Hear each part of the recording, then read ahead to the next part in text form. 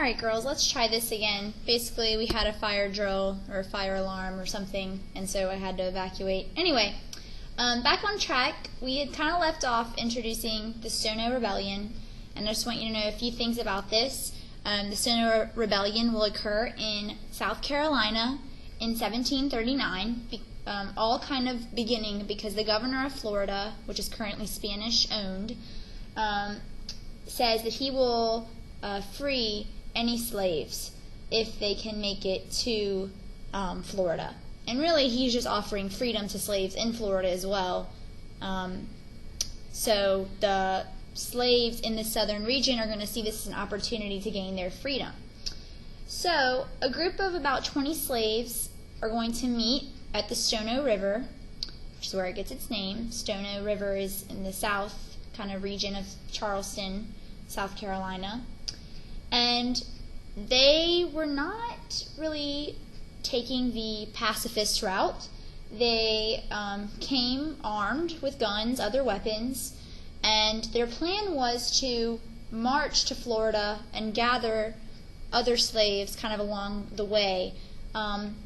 They did begin this journey by killing many white families, but eventually the white militia in the area is going to put down this rebellion and kill many of the rebels. The significance of this is that it's going to lead to stricter codes and rules for the slaves.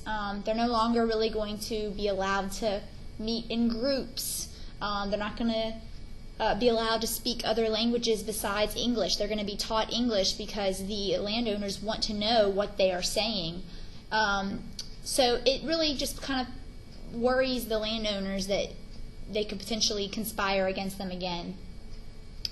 We're now going to shift to economics and kind of the different sectors of the economy throughout the region at this time, and that's what we'll end with today. So only a few more things, okay?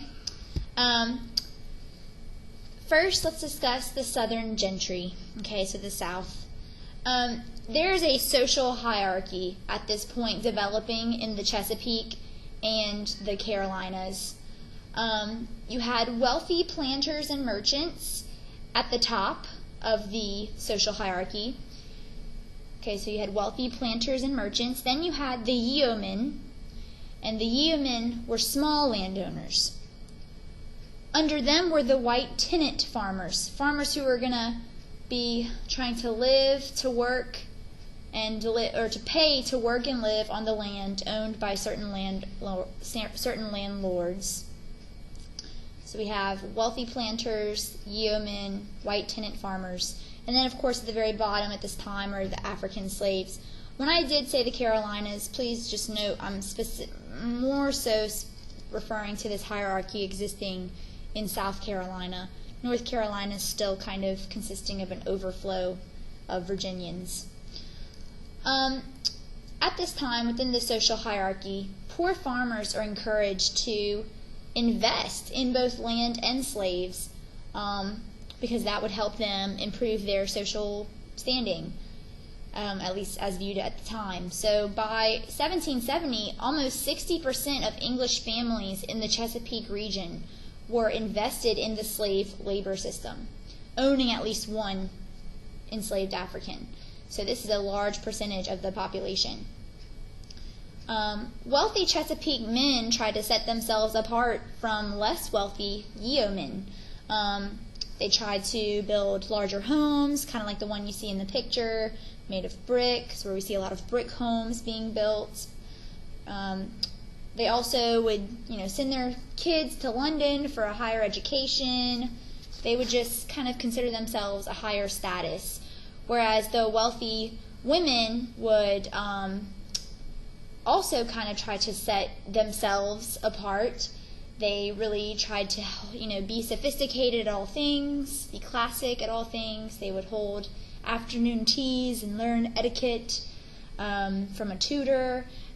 They would have to try to seek out a husband in their young age, and once they were married, these women were expected to obey their husbands and do what they wanted them to do, raise their children, socialize and keep up that kind of status. So I know us ladies don't really like thinking about our, highest goals in life being to satisfy our husbands, because we have our own personal goals as well. But at this time, women are really, there's a very limited set of things that are expected of them.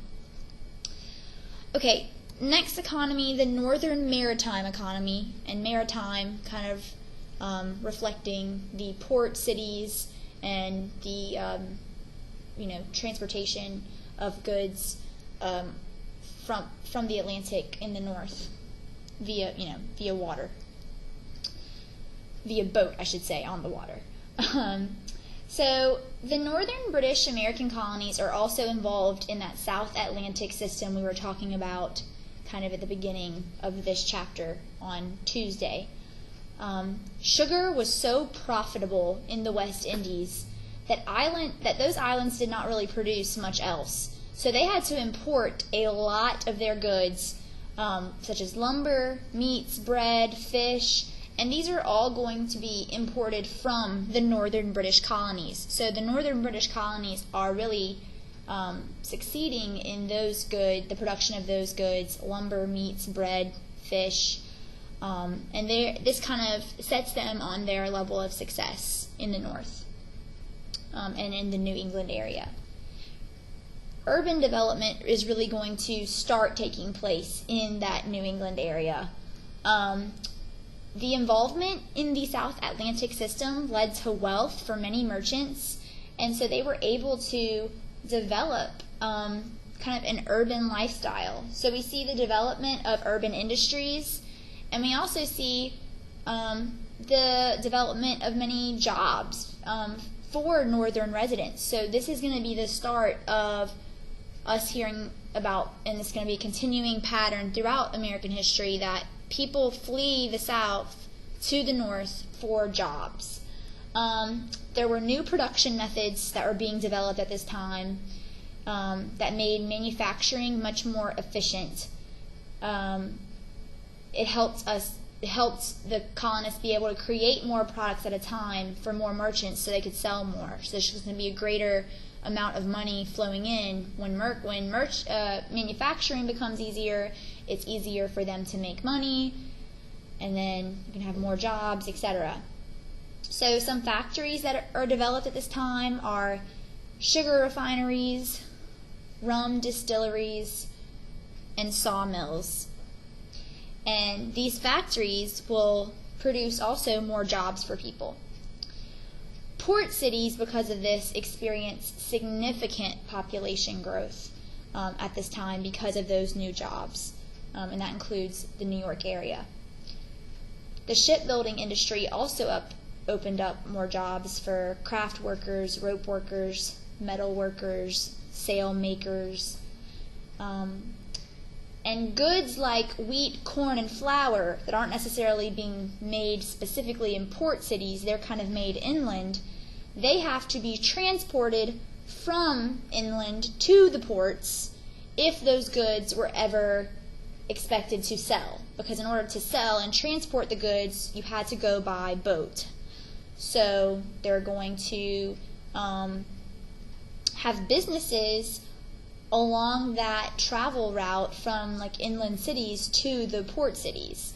So this is where you also see businesses such as taverns and stables and shops develop kind of along these wagon trails. They were traveling via wagon at this time.